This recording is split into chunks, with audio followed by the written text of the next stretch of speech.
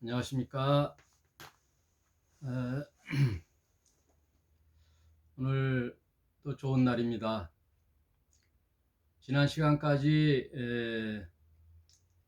느헤미야를 끝내고 오늘은 에스더를 들어가도록 하겠습니다.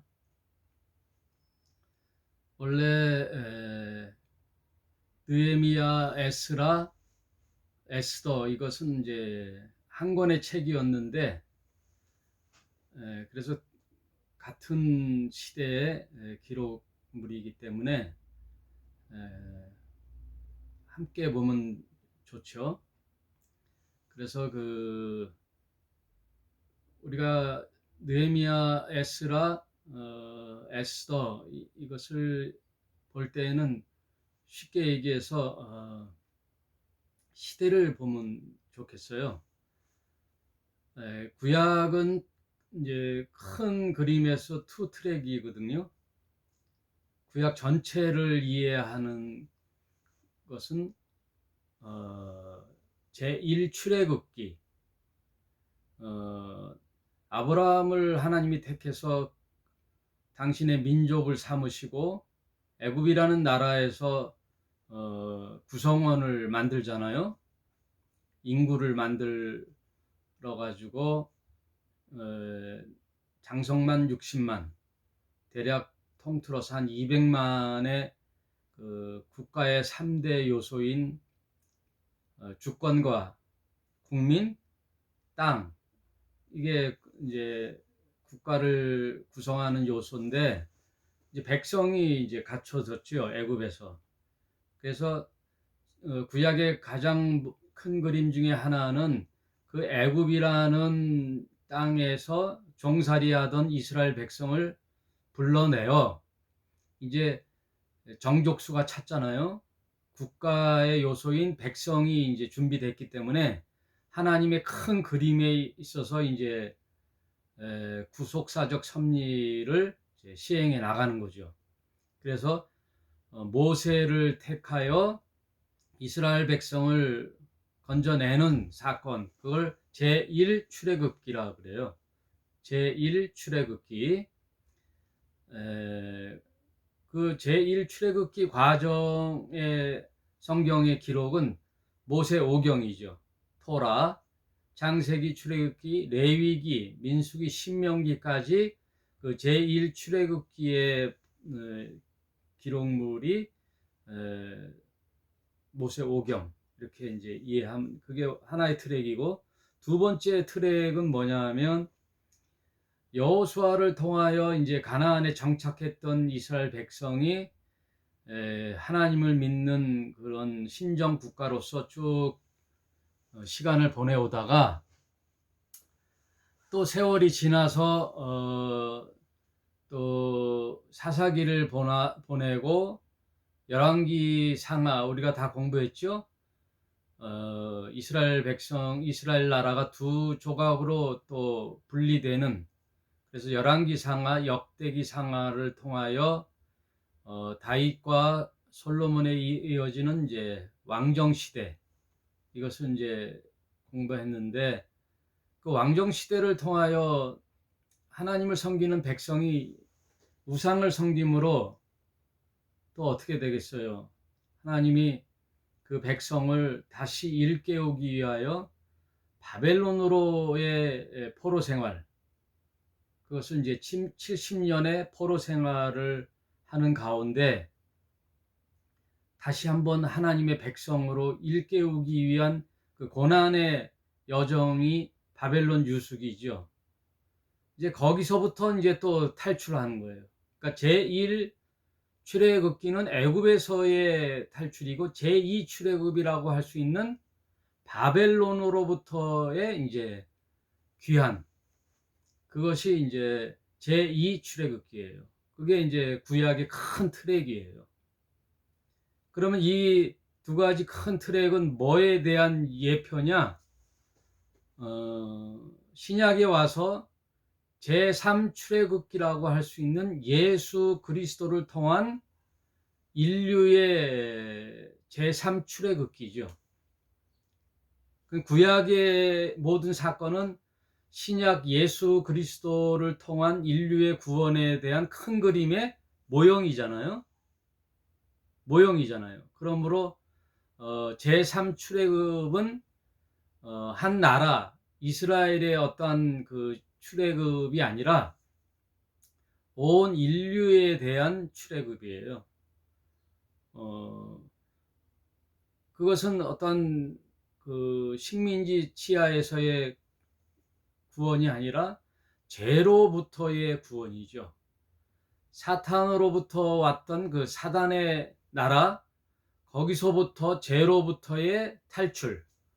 그것은 하나님이 보내신 자 예수 그리스도를 통한 온 인류의 출애굽, 죄로부터의 구원.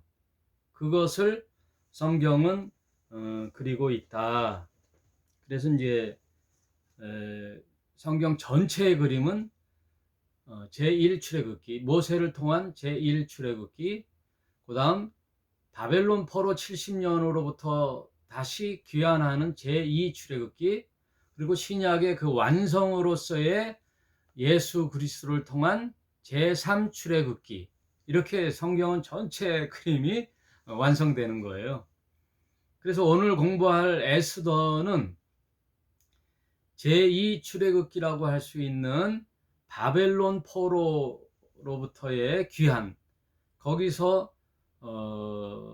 발생된 큰 사건에 대하여 한 여성이 어떻게 그 바벨론 포로로부터의 구속 섭리를 이끌어냈는가, 그게 에스더서예요. 이제 한번 정리하도록 해보겠습니다. 태양이 들어왔냐? 반가워. 이제 바벨론 70년 포로에서 이제 귀환할 때 3차 귀환한다고 공부했잖아요. 그래서 에스라, 느헤미야가 그 공부예요. 여러분 간단하게 설명할 테니까 한번 다시 기억을 되짚기 바랍니다. 제1차 귀환은 고레스 칙령에 의하여, 고레스가 페르시아, 이제 바벨론이 페르시아에게 멸망을 당하니까 이제 귀환하는 시기는 페르시아 때예요. 그 고레스라는 왕이 왕으로 등극하기 원년에, 왕으로 등극하자마자 하나님으로부터 감동을 받아서 그 칙령을 내리죠. 이제 너희 나라 본국으로 돌아가 성전을 재건하라. 그래서 그 70년 포로 생활의 그 기한은 뭐라 그랬죠? 나라의 기한이 아니라 성전 재건까지가 딱 70년이에요. 바벨론 포로로 들어가고부터 성전을 다시 복원해서 봉헌식을 한 그 시기까지 정확하게 70년이에요. 이 예언이 어디에 되어 있다고요? 예레미야의 예언이 되어 있는 것이 성취됐다라고 했잖아요. 그래서 이제 제1 포로 기환이 누구로부터 됐느냐? 여러분 이제 큰 그림에서 제1 출애굽기, 그 다음 제2 출애굽기가 바벨론으로부터의 귀환이라고 그랬잖아요. 요것만 기억하시고, 바벨론 포로의 귀환은 3차로 이루어졌어요. 요거는 잊지 마세요. 그러면 제1차 포로 귀환은 언제냐? 수르 바벨에 의하여 제1차로 성전을 재건하라 라는 칙령에 의하여 귀환한 자가 있었어요. 그 귀환한 자가 몇 명 정도 됐다 그랬어요. 약 10분의 1. 10분의 1 정도만이 귀환하는데, 대부분 또 거기에 레위 지파 제사장들이 많다 그랬잖아요.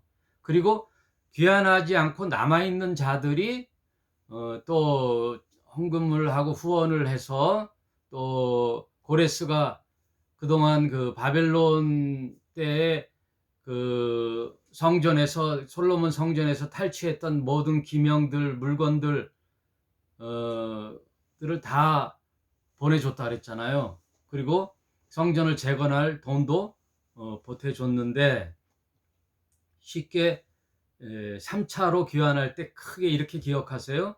수르 바벨에 의하여 성전을 재건하기 위하여 귀환한 자. 두 번째, 성전이 재건됐으면 어떻게 해요? 예배를 다시 제사를 복원하기 위하여 바벨론 포로로 왜 갔느냐를 상기시켰다 그랬잖아요. 누가? 에스라라는 자가. 에스라라는 자가 다시 우리 모세의 율법을 다시 공부해야 되겠다. 우리가 하나님으로부터 바른 제사를 드려야 되겠다. 그러려면 어떻게 돼요? 율법으로서의 강화, 교육. 우리가 우상을 숭배함으로써 70년 포로 생활을 했다라는 결론을 맺고 에스라는 다시 율법 교육을 시켜야 되겠다라는 교육, 하나님으로부터의 율법을 다시 복원하는, 십계명을 복원하고 거룩한 백성으로서의 제사를 다시 확립하는, 예배를 다시 확립하는, 율법을 강화하는, 그게 이제 에스라의 책무예요. 그게 2차 귀환이에요. 에스라가 그래서 그때 예수화하고 들어오죠. 에스라가 이제 교육을 위하여 들어오고, 3차는 어떻게 해야 돼요? 3차는 이제 느헤미야를 지난 시간에 공부했잖아요. 느헤미야에 의하여 이제 성벽을 재건하는, 이스라엘 전체 예루살렘 도성을 다시 복원하는 성벽 재건, 그리고 성문을 다시 복원하는 사명은 느헤미야가 담당했다. 그게 이제 제 3차 귀환이에요. 큰 틀에서 그렇게 이해하면 돼요. 오늘 공부할 에스더는 언제 때 이야기냐 하면 1차 귀환이 누구라 그랬죠? 수르 바벨이라 그랬잖아요. 성전 재건. 그때는 이스라엘 유대인의 인구의 약 10분의 1만 갔다 그랬잖아요. 그러면 남은 자들은 어디에 아직 살고 있죠? 예, 페르시아에 아직 살고 있어요. 페르시아에 약 10분의 9라는 유대인이 살고 있었는데 이들은 왜 못 갔느냐? 포로 생활, 페르시아에서 오랜 시간 70년을 살다 보니까 거기서 장사도 하고 사업도 하고 또 식민지하의 교육 정책을, 페르시아가 이제 개방 정책을 표방하니까 많은 인재들도 등용이 됐다고요. 페르시아의 관리로서. 그래서 느헤미야는 어디까지 올라갔어요? 술 맡은 관원장까지 올라갔잖아요. 그리고 바벨론 포로 1차 포로 때 다니엘과 그 친구들은 어디까지 올라갔어요? 총리까지 올라갔잖아요. 그런 많은 교육 정책을 통하여 식민지 인재들도 등용하는 그런 포용 정책을 바벨론이 폈거든요. 페르시아가. 그렇게 이제 했는데 이제 본국으로 돌아가는 자는 10분의 1 정도 됐고, 남은 자들이 있었는데 그 남은 자들에 의하여 그 시기 때 오늘 에스더의 사건이 일어나게 되는 거예요. 에스더의 사건이. 그럼 오늘 에스더를 한번 간단하게 살펴보겠습니다. 여러분, 우리가 이스라엘 역사를 아는 것이 중요하지가 않아요. 이스라엘 역사를 통하여 오늘날 우리에게 주는 교훈을 찾아내야 되죠. 교훈을. 한번 에스더 이제 1장을 한번 보겠습니다. 이 시대는 어느 때냐? 바로 페르시아 왕이 고레스라는 왕이 있다 그랬잖아요. 그다음 성경에 등장하는 왕은 다리오 왕이 또 등장해요. 그 다리오의 아들이 또 누구냐? 오늘 에스더서에 등장하는 아하수에로 왕이에요. 아하수에로 왕이 집권하던 때에 에스더라는 사건이 이제 일어나죠. 에스더 1장 1절을 한번 보겠습니다. 이 일은 아수에로 왕 때에 된 것이니, 아수에로는 인도로 구수까지, 그 인도라는 나라와 구수는 오늘날 그 에디오피아까지 127도를 치리하는 왕이라. 이 말은 엄청난 넓은 영토를 차지했던 아주 그 권력이 하늘을 찌르는 그런 시대라는 것을 이제 말해주는 거예요. 아수에로.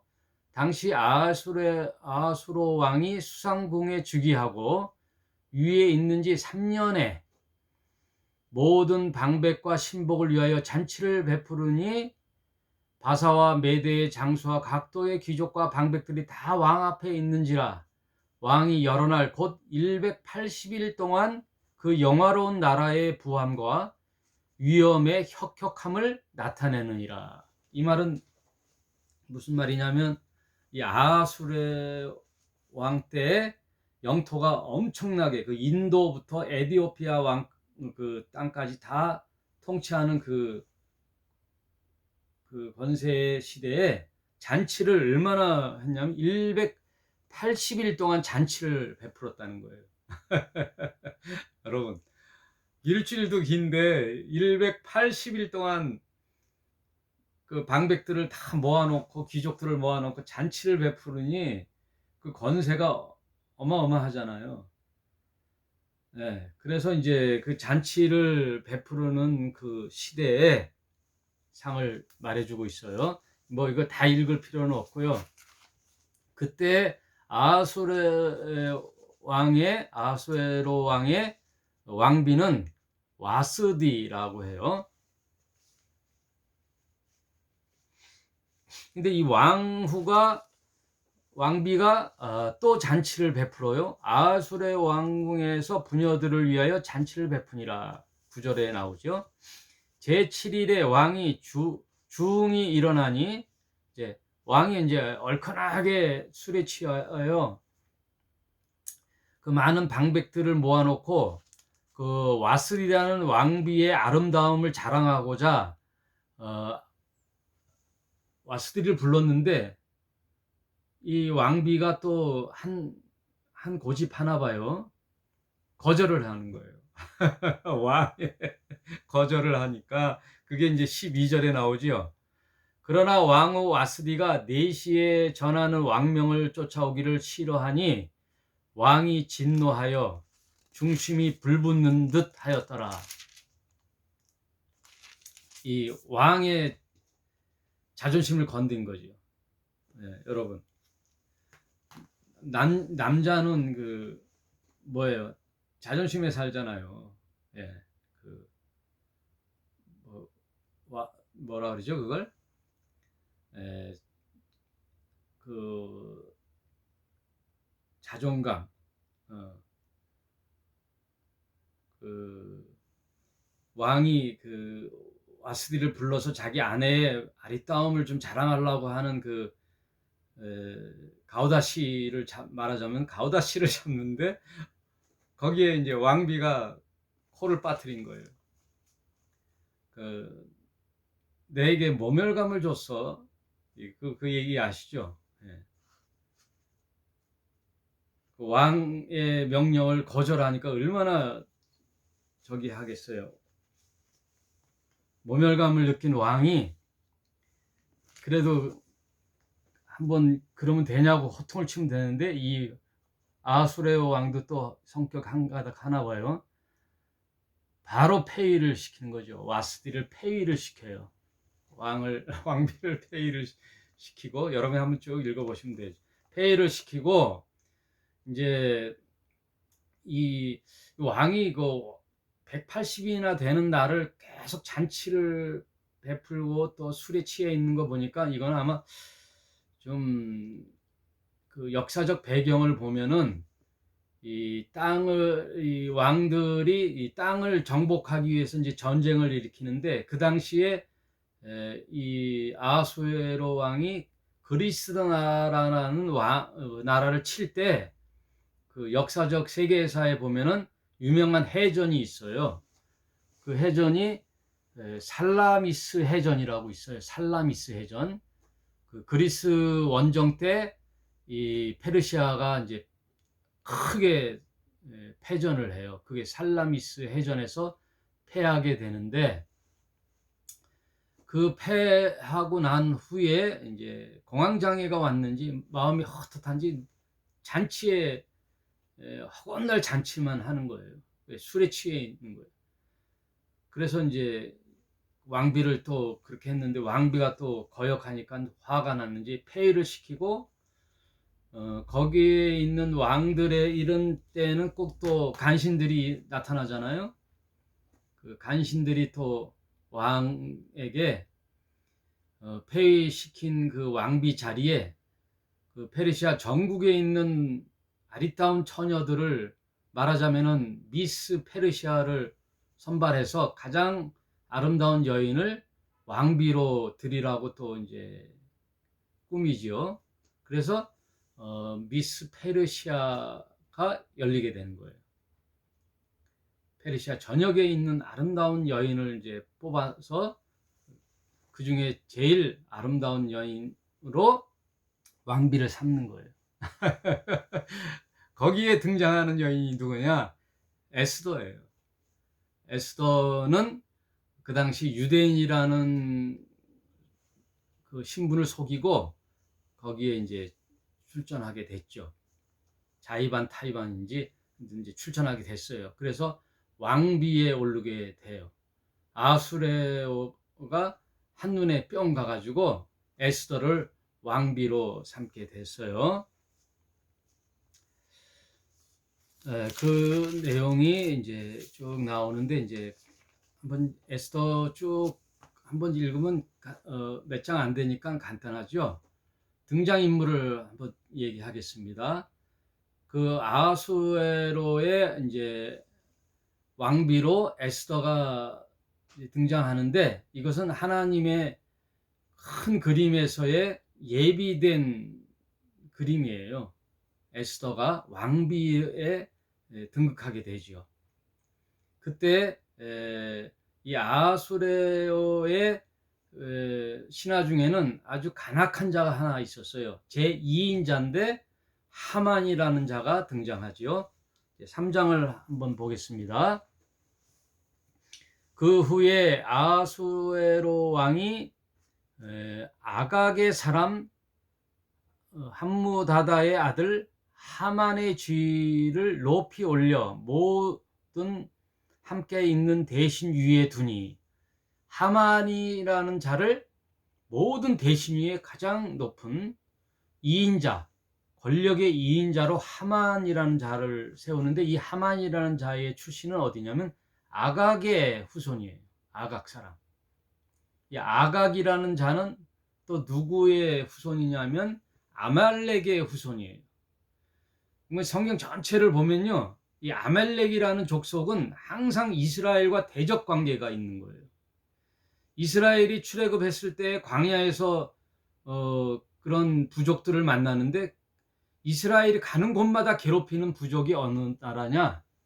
아말렉이라는 나라예요. 여러분, 모세가 전쟁터에서 두 손을 벌려서 기도했던 그 승리에 대한 출애굽 때 배웠죠.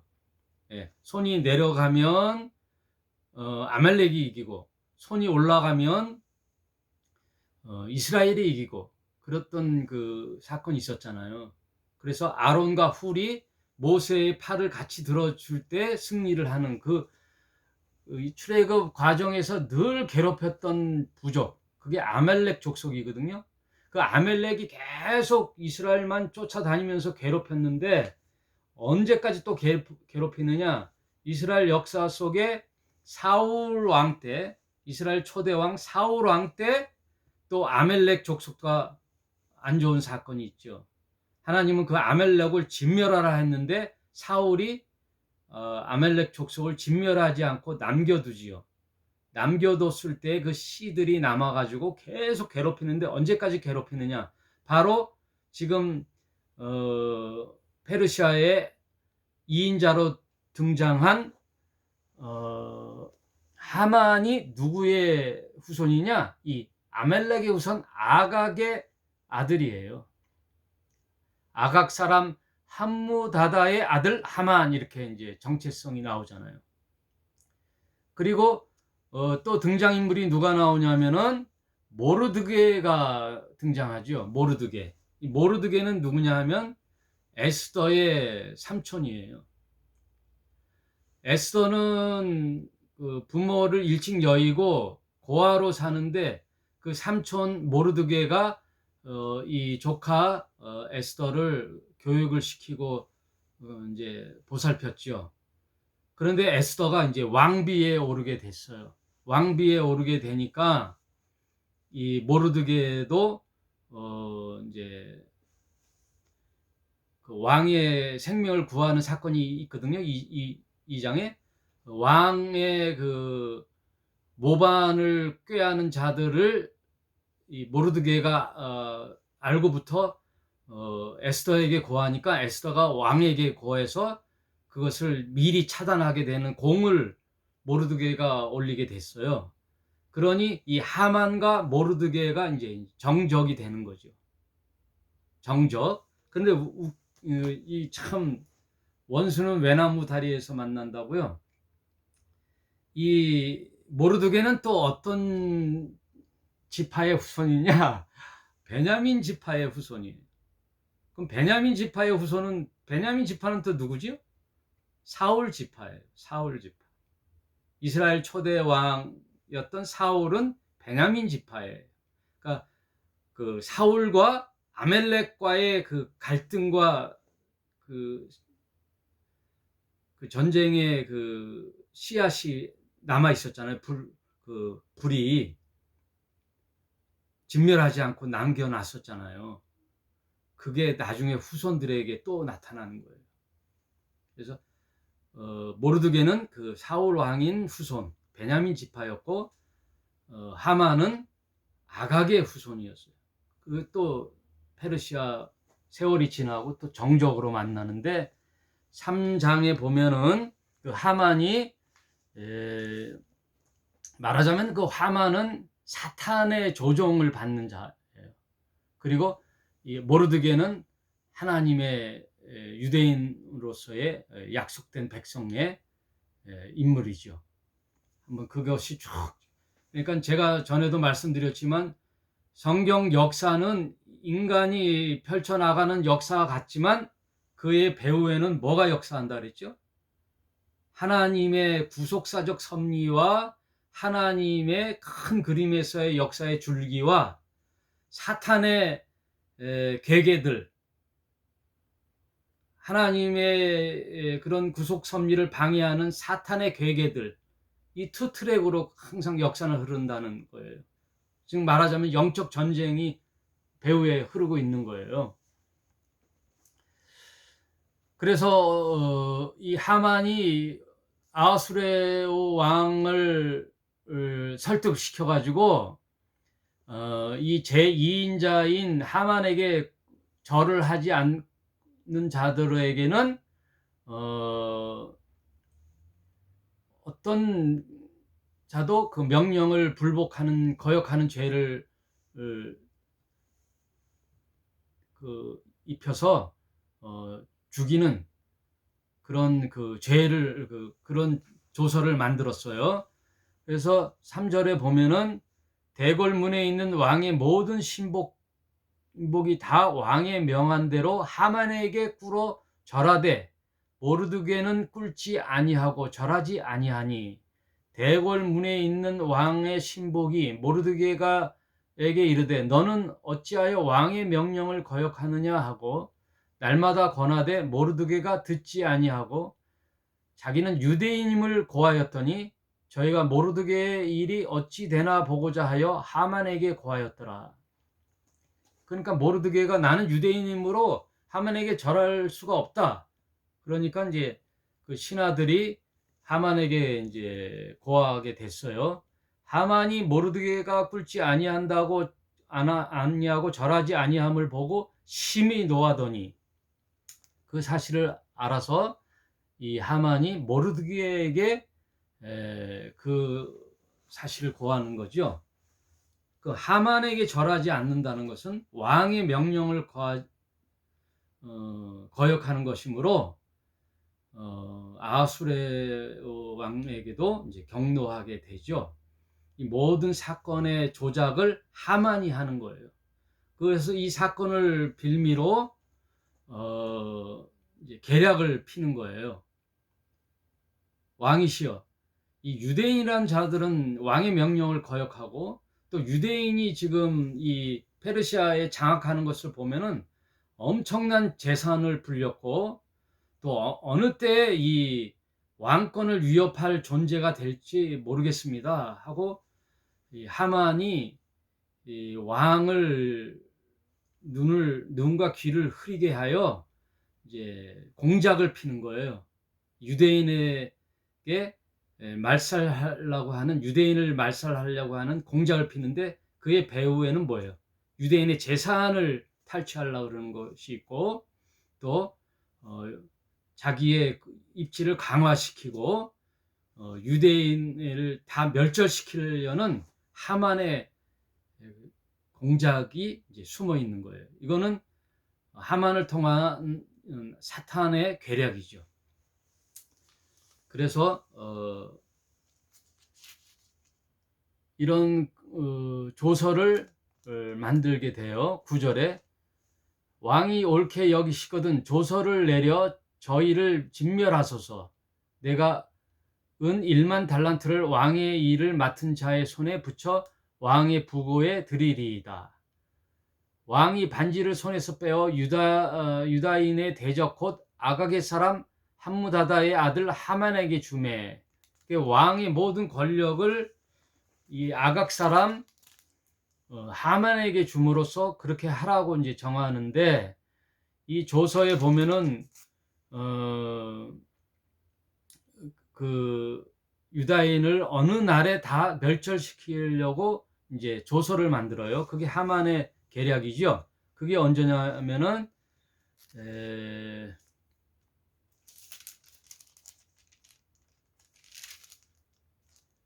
3장 7절에 있습니다.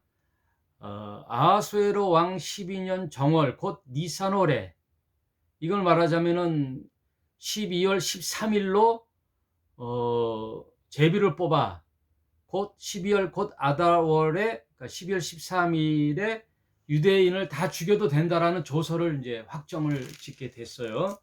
그래서 그날이 오기만을 기다리고 있으니 모르드게가 그 공작을 알게 되고 그것을 에스더에게 이제 고하게 됐어요. 그러니 에스더야, 큰일 났다. 우리 유다인들이 그 본국으로 귀환하지 않고 남아있던 그 10분의 9라는 남아있는 유대인들이 대부분이잖아요. 10분의 1만 귀환, 수르바벨과 따라서 1차 귀환하고 그 1차 귀환한 그 시기란 말이에요. 그러니 인구의 10분의 9가 죽게 되는 그 멸절의 위기에 다다르니 모르드게가 에스더에게 그 일을 고하게 됐죠. 에스더야, 네가 아니면 이제 우리 유대인은 멸절하게 됐다. 이 사실을 고하니 에스더가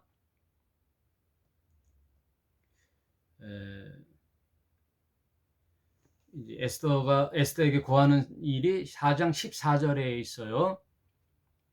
이때 내가 만일 잠잠하여 말이 없으면 유다인은 다른 데로 말미암아 노임과 구원을 얻으려니와 너와 내 아비의 집은 멸망하리라.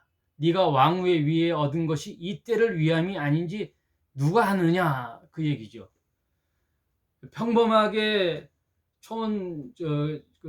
모르드게의 집에서 고아로서 자랐던 일개 한 여인이, 처녀가 갑자기 어떻게 돼요? 그 어마어마한 나라 페르시아 왕의 왕비로 등극하게 된 일이 왜 그렇게 됐겠다는 이야기냐? 그 모르드게가 그 얘기하는 거예요. 네가 왕비가 왜 됐겠느냐? 아마도 하나님은 이 날을 위해서 너를 왕비로 삼았지 않겠느냐? 그 얘기를 하는 거예요. 그랬더니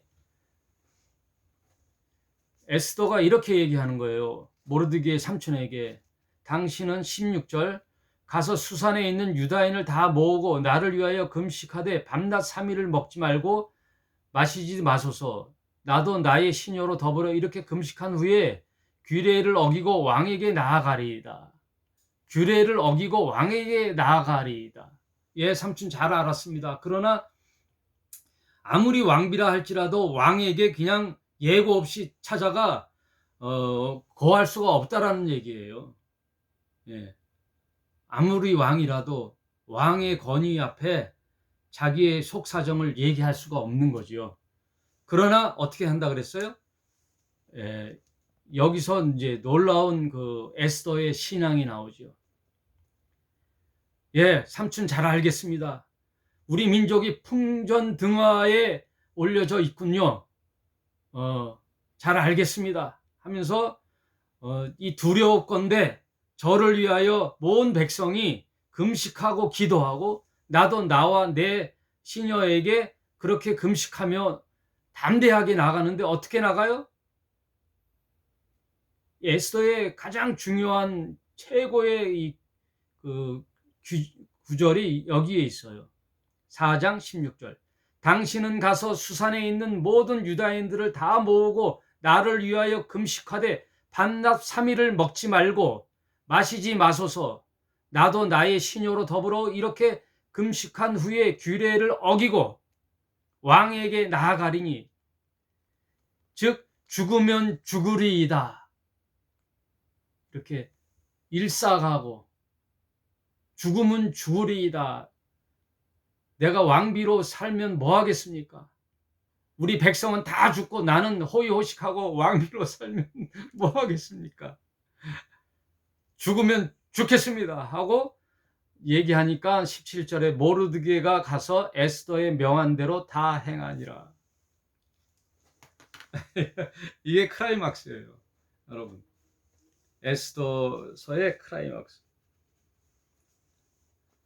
여러분, 에스더의 이 사건은 뭐를 의미하겠어요?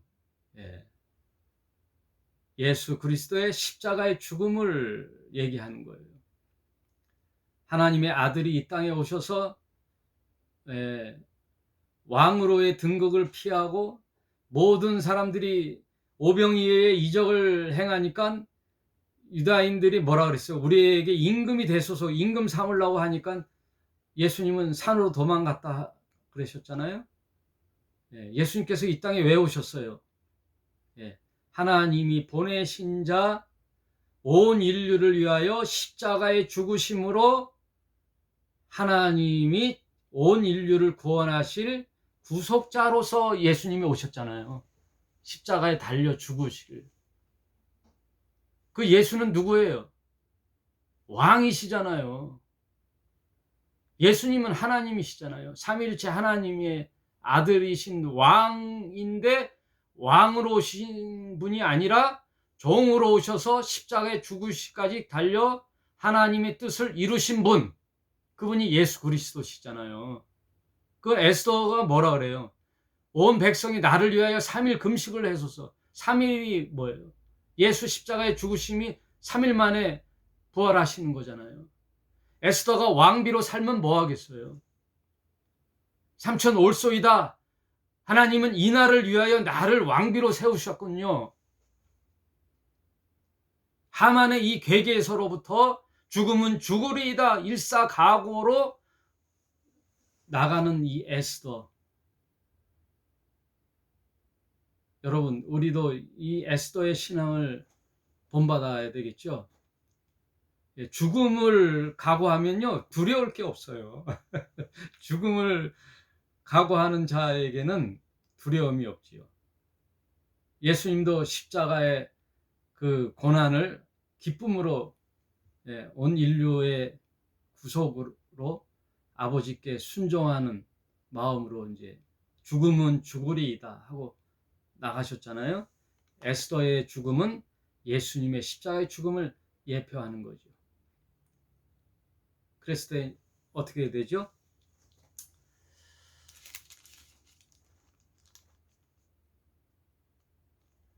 그래서 이제 5절에 이제 지혜를 짜는 거예요. 5장에 에스더가 잔치를 베풀어요. 잔치를 베풀어서 아수레오 왕과 하만을 잔치에 초대하죠. 그게 7장에 나옵니다. 7장 한번 보겠습니다. 왕이 하만과 함께 또 왕후 에스더의 잔치에 나아가니라. 왕이 이 둘째 날 잔치에 술을 마실 때 다시 에스더에게 물어 가로되 왕후 에스더여 그대의 소총이 무엇이뇨 곧 허락하겠노라. 에스더의 잔치에 왕과 하만을 딱 초대했는데 그 에스더의 이제 그 지혜가 거기에 있는 거죠. 이 하만의 모략을 단번에 해치울. 그래서 왕에게 이제 극진히 대접을 하는 거죠. 잔치를 베푸는 거죠. 그랬더니 왕이 에스더에게 그 소청을 무엇이냐고 한번 얘기해라. 내가 허락하겠다. 어느 정도 감개무량했느냐 하면 너의 소청이 뭐냐? 허락하겠노라. 그대의 요구가 무엇이냐? 곧 나라의 절반이라도 할지라도 시행하겠노라. 예? 나라의 절반이라도 에스더 왕비여 당신이 원하면 내가 주겠노라 하고 기쁨에 이제 만족한 거죠. 그랬더니 왕후 에스더가 대답하여 가로되 왕이여 내가 만일 왕의 목전에서 은혜를 입었으며 왕이 선히 여기시거든 내 소청대로 내 생명을 내게 주시고 내 요구대로 내 민족을 내게 주소서. 나와 내 민족이 팔려서 죽임과 도륙함과 진멸함을 당하게 되었사오나 만일 우리가 노비로 팔렸더라면 내가 잠잠하였으리이다. 그래도 대적이 왕의 손해를 보충하지 못하였으리이다. 그제서야 에스더는 자기가 유대인임을 밝히고 우리 민족이 지금 풍전등화에 와 있게 돼 있다. 5절 아수레오 왕이 왕후 에스더에게 일러 가로되 감히 이런 일을 심중에 품은 자가 누구며 그가 어디 있느냐? 우리 민족을 도륙할 계가가 있습니다. 그런 자가 있습니다. 그랬더니 왕이 대노하여 그 자가 누구냐? 그랬더니 6절에 에스더가 가로되 대적 원수는 이 악한 하만이다 하니 하만이 왕과 왕후 앞에 두려워하거늘 왕이 노하여 일어나서 잔치 자리를 떠나 왕궁 후원으로 들어가니라. 그래도 하만이라는 자가 그랬다고 청천벽력과 같은 소리를 하니까 아무리 왕이라도 자기 측근 누구예요? 예, 요즘도 있는 윤핵관 예? 핵심 관계자죠. 윤핵관 있는 것처럼 왕의 측근 핵심 관계자 하만이잖아요. 2인자 하만을 갑자기 죽일 수 없잖아요. 그래서 왕의 후원에 들어가서 이제 고민을 하는 거지요. 수료 확 깨지요. 왕이 확 깨가지고 이거 어떻게 된 일인가 하고 생각하는데 이 일에 하만이 어떻게 해요? 에스더 왕비를 붙잡는 거죠. 이제 목숨이 총각에 달리니까 왕이 후원으로부터 잔치 자리에 돌아오니 하만이 에스더 앉은 걸상 위에 엎드려진 건을 그러니까 에스더에게 막 이제 발을 붙잡고 손과 발을 붙잡고 막 애원을 하는 거지요. 그랬는데 그 모습이 과연 왕의 후원에서 돌아온 왕의 눈에는 뭐라 그래요? 그 하만이 왕비를 에스더를 강간하려는 모습으로 보인 거예요. 8절에 엎드려지거늘 왕이 가로되 저가 궁중 내 앞에서 왕후를 강간하기까지 하고자 하는가? 이 말이 왕의 입에서 나오매 무리가 하만의 얼굴을 싸더라. 왕을 모신 내시 중에 하브로나가가 왕에게 아뢰되 왕을 위하여 충성된 말로 고발한 모르드게를 달고자 하여 하만이 고가 50규빗이나 되는 나무를 준비하였는데 이제 그 나무를 하만의 집에 섰나이다. 왕이 가로되 하만을 그 나무에 달라 하매 모르드게를 달고자 한 나무에 하만을 다니 왕의 노가 그치니라. 이 말은요,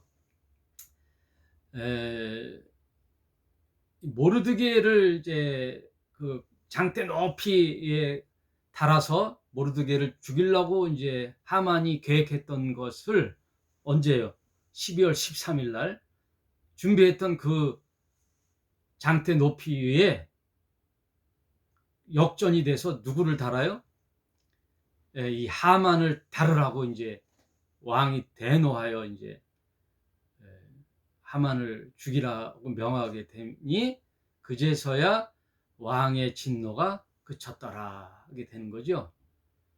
말하자면은 12월 13일 날 유대인이 멸절하게 된 그 날이 모르드게의 죽음의 날이 역전이 돼서 하만이 거기에 달려 죽는 날이 되었다 그런 거예요. 대충 이제 이 에스더의 이야기가 그렇게 이제 끝을 맺어요. 그래서 이스라엘이란 나라가 에스더라는 한 여인이 그 민족을 구원한 날을, 그래서 12월 13일을 절기로 이제 길게 기념하게 되는데 그 절기가 불임절이라고 해요. 불임절. 이스라엘을 출애굽했을 때 처음 절기가 뭐예요? 유월절이죠.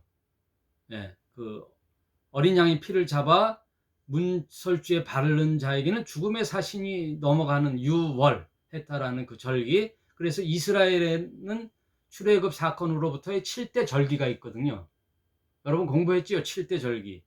유월절, 그리고 누룩 없는 떡을 먹던 그 무교절, 그리고 초실절, 첫 열매를 또 기념하는 초실절, 그다음 또 그게 봄절기고 가을 절기에 이르는 중간에 오순절이라는 맥추절이라는 여름절기가 있었지요. 그 여름절기가 지나고 나면 또 나팔절, 추수절기가 오는 나팔절, 그 다음 대속제일이라는 그 대속절, 그 다음 장막에 거한 그 광야의 장막을 거한 이스라엘 백성을 기념하기 위한 장막절, 초막절, 장막절이나 초막절 같은 말이에요.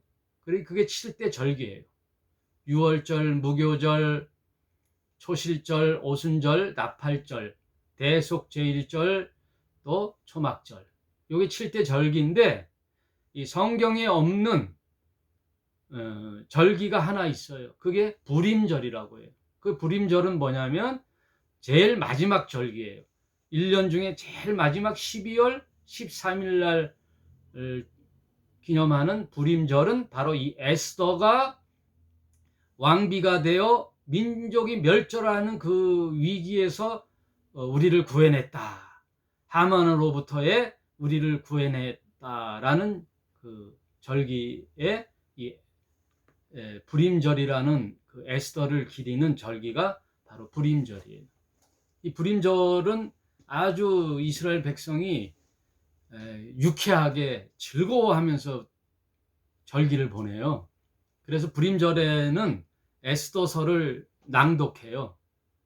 이스라엘 백성들, 그 후손들을 다 모아놓고 우리 조상의 이 에스더라는 왕비의 지혜로서 우리 민족이 그 멸절의 순간에서 유지하게 되었다 하면서 에스더서를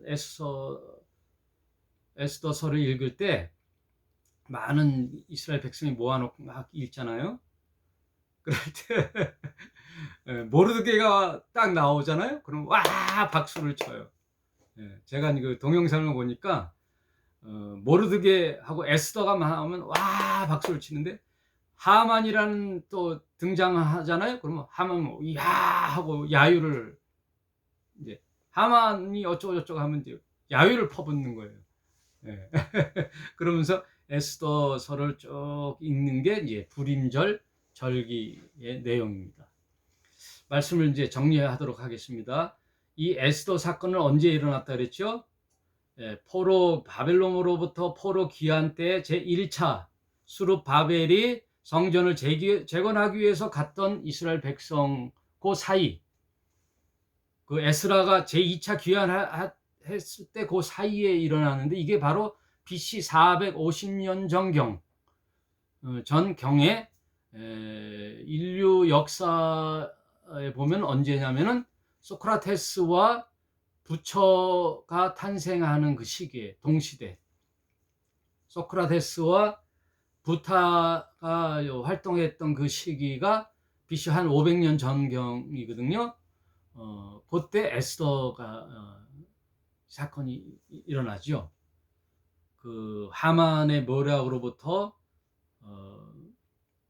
민족의 멸절의 순간에 모르드게의 헌신과 에스더의 죽음은 죽으리라라는 신앙의 풍전등화와 같은 그 순간에 에스더를 통하여 구원해내는 이 사건은 장차 인류를 위하여 십자가에 달려 죽으시는 예수 그리스도의 모형으로서 에스더의 신앙을 그리는 사건이 오늘 에스더서를 공부하게 됐습니다. 그럼 우리가 에스더서를 통하여 어떤 교훈을 볼 수가 있느냐? 나약한 한 여인을 통하여 민족의 위기에서 구원할 수 있다, 그 얘기예요. 이것을 우리로 대입해 보면은 한 민족의 위기, 그리고 한 가정의 위기, 그리고 한 교회의 위기는 어떠한 한 사람의 희생으로서 다시 전화위복이 될 수 있다는 거예요. 여러분, 한 가정이 세워지기 위해서는 한 아내의 헌신이 필요해요. 한 사람의 가장이 필요한 거죠. 그 가정을 위해서 헌신을 하는 거예요. 자녀의 신앙을 바로 세우기 위해서, 그리고 한 교회의 공동체를 위하여 나 한 사람의 헌신과 희생을 통하여 공동체가 세워질 수가 있다는 거예요. 예수님 당시에 한 여인이 향유 옥합을 예수님의 머리와 발에 깨트림으로써 예수님 뭐라 그랬죠? 이 여인이 나의 죽음을 장사를 예비하였다 그랬잖아요. 그래서 복음이 증거하는 곳마다 이 여인의 일이 증거되도록 하라 그랬잖아요. 한 여인이 향유 옥합을 깨트림으로써 예수님의 십자가의 죽으심을 예비하셨던 것처럼, 이 에스더의 죽음은 죽으리라라는 이 신앙으로 한 민족을 살리고 모르드게와 함께 이스라엘을 살린 것처럼, 우리가 하나님의 이 구속 섭리를 쭉 보면요, 모세 한 사람의 헌신, 그리고 또 누가 있죠? 출애굽해서 가나안에 입성할 때 여리고성의 한 여인, 기생 라합이라는 한 여인의 헌신으로부터 또 이스라엘을 구원해 내잖아요. 또 사사기에는 또 누가 나오죠? 모압 이방 여인인 룻의 헌신을 통하여 명맥이 이어지잖아요. 여러분, 룻이 누구예요?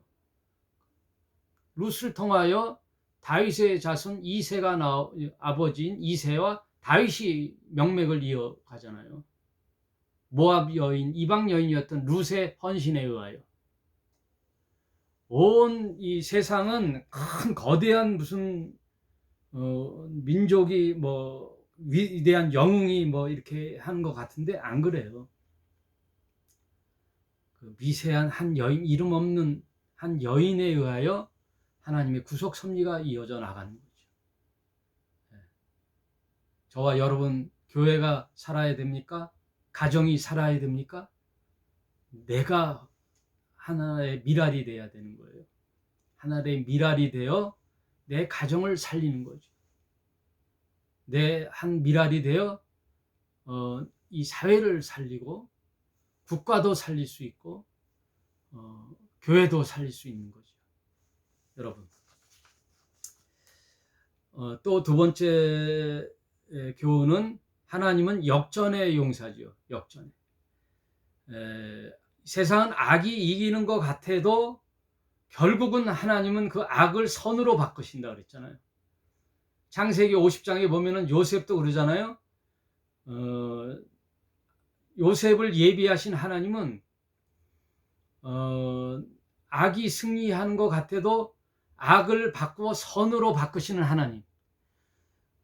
형들이 나를 종으로 팔아 넘겼지만은 애굽에서 총리로 쓰게 하여 애굽으로 이스라엘 백성을 살리게 하는, 그래서 야곱의 12지파가 애굽에서 장성하게 만드는 하나님의 섭리 가운데 악을 선으로 바꾸신다 그랬잖아요. 그런 것처럼 하나님은 십자가라는 사탄의 괴계, 사탄이 승리로 볼 수가 있잖아요. 예수님을 십자가 달려 죽게 하는 그것은 사탄의 승리로 볼 수가 있어요.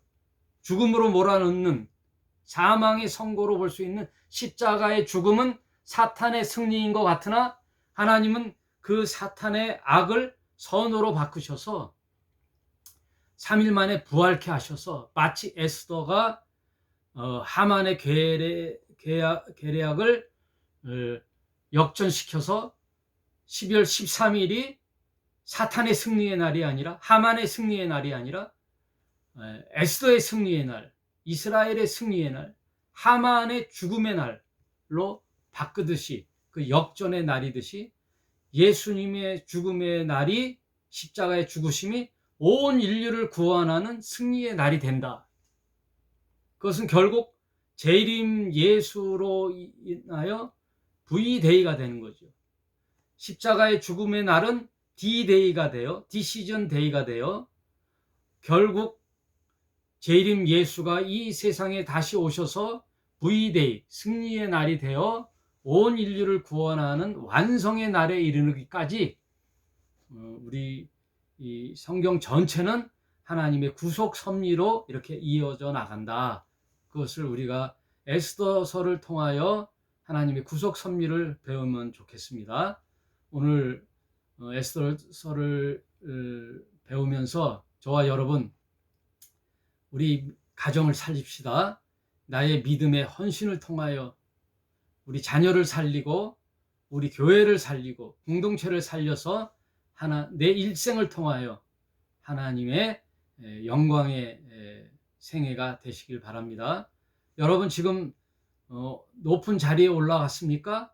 또 부한 자리에 올라갔습니까? 어떤 영향력의 자리에 올라갔습니까? 그것은 뭐예요?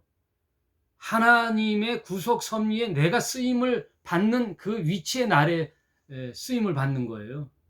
에스더가 왜 왕비에 올라갔겠어요? 호의호식하며 그 여인이 그냥 잘 먹고 잘 살았다는 일생이 아니잖아요. 그 위기의 이스라엘 나라에 에스더가 왕비로서 쓰임을 받았듯이 여러분 지금 영향력 있는 위치에 올라갔습니까? 그리고 재산이 많이 증식이 됐습니까? 그리고 내가 건강하십니까? 또 내가 어느 자리에 있습니까? 그러면 그 자리가 하나님 앞에 세워지는 구속의 섭리로 이어져 가는, 내 가정을 살리고 이웃을 살리고 내 회사를 살리고 공동체를 살리는 쓰임받는 저와 여러분이 되시기를 우리 에스더를 통하여 교훈을 받았으면 좋겠습니다. 여러분의 인생이 승리하는 저와 여러분의 인생이 되시기를 주의 이름으로 축원함을 드립니다. 오늘은 여기까지 하겠습니다. 감사합니다.